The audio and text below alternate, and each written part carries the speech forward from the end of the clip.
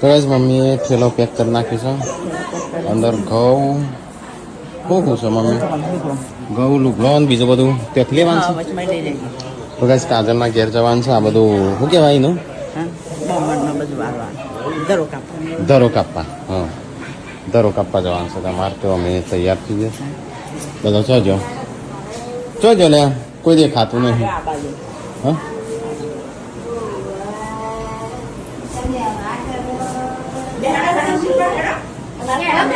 હેડો તૈયાર થયો હેડો તાન લઈ જઈશું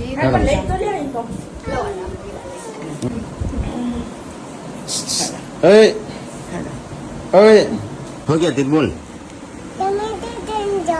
હું જાઉં છું કાજલ ફેના ઘેર તારા આબુ છે હેડો તાન હેડો તારા બાંધશો